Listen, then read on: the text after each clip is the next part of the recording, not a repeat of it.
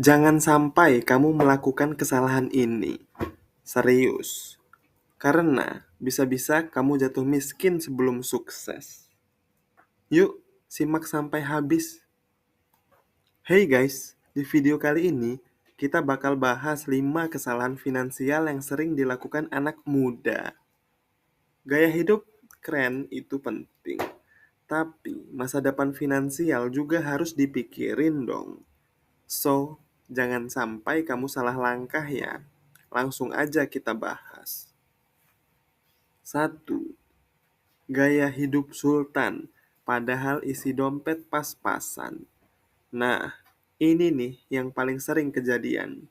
Banyak dari kita yang pengen kelihatan mewah, padahal sebenarnya keuangan kita nggak mendukung. Contohnya, nongkrong tiap hari di coffee shop fancy, cuma buat update story biar kelihatan keren. Atau beli gadget baru, padahal yang lama masih bisa dipakai.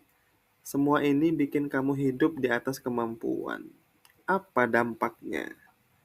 Awalnya mungkin terlihat biasa saja, tapi lama-lama kamu jadi ketagihan buat pamer gaya hidup. Kalau udah begini, pengeluaranmu akan terus membengkak. Lebih parah lagi, kamu jadi sering ngutang. Solusinya, jangan ngikutin standar orang lain. Bikin budget bulanan yang realistis sesuai kemampuan kamu. Belajar bilang enggak ke hal-hal yang nggak perlu. Kamu nggak perlu kelihatan kaya. Yang penting, keuanganmu sehat. Nomor 2, nggak punya dana darurat. Buat apa sih dana darurat? Kan ada uang gajian. Jangan salah guys. Hidup itu penuh kejutan. Dan nggak semua kejutan itu enak. Misalnya, kamu tiba-tiba sakit dan harus dirawat di rumah sakit. Atau kendaraanmu mogok butuh servis mahal. Kalau nggak punya dana darurat, ujung-ujungnya kamu bakal panik dan terpaksa pinjam uang dengan bunga tinggi. Kenapa dana darurat penting? Ini adalah tameng finansial kamu saat menghadapi kejadian tak terduga.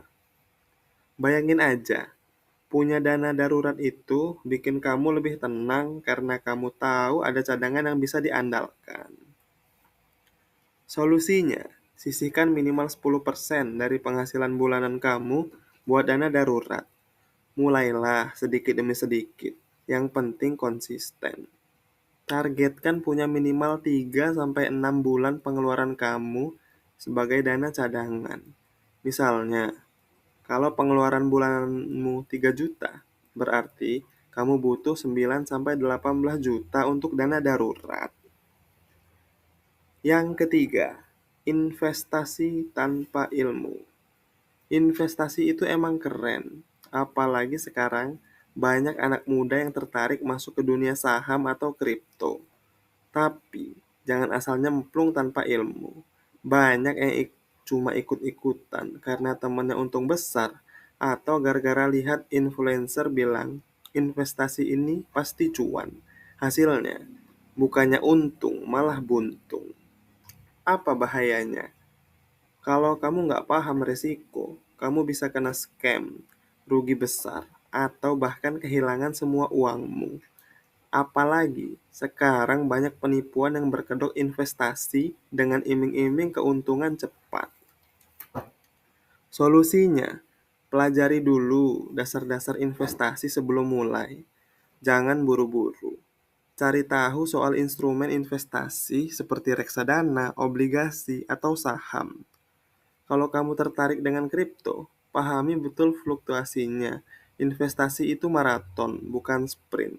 Jadi, sabar aja. Kesalahan yang keempat, mengandalkan kartu kredit untuk semua hal. Kartu kredit itu emang praktis dan sering bikin kita merasa punya uang tambahan. Tapi, kalau kamu nggak hati-hati, ini bisa jadi bumerang yang berbahaya. Banyak anak muda yang pakai kartu kredit buat hal-hal yang nggak penting. Dari beli barang diskon sampai traktir teman. Akibatnya, tagihan kartu kredit numpuk, dan kamu jadi stres. Kenapa ini masalah besar? Karena bunga kartu kredit itu tinggi banget. Kalau kamu cuma bayar minimum payment, utangmu nggak akan selesai, malah terus bertambah. Solusinya, gunakan kartu kredit hanya untuk kebutuhan penting yang bisa langsung kamu bayar. Misalnya, buat bayar tiket transportasi atau belanja bulanan. Jangan pakai kartu kredit buat hal yang nggak penting. Dan selalu lunasi tagihan penuh sebelum jatuh tempo. Dan kesalahan yang kelima, nggak mau mulai menabung dan berinvestasi sejak dini. Banyak anak muda yang berpikir, nabung dan investasi nanti aja kalau udah gajinya besar. Padahal, justru semakin dini kamu mulai, semakin besar manfaat yang bisa kamu dapatkan.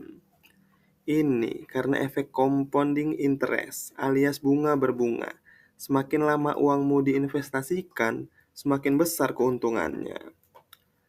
Apa risikonya kalau menunda? Kalau kamu nggak mulai dari sekarang, kamu kehilangan waktu yang berharga.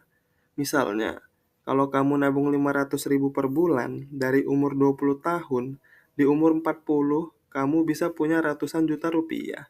Tapi, kalau kamu baru mulai di umur 30, hasilnya jauh lebih kecil.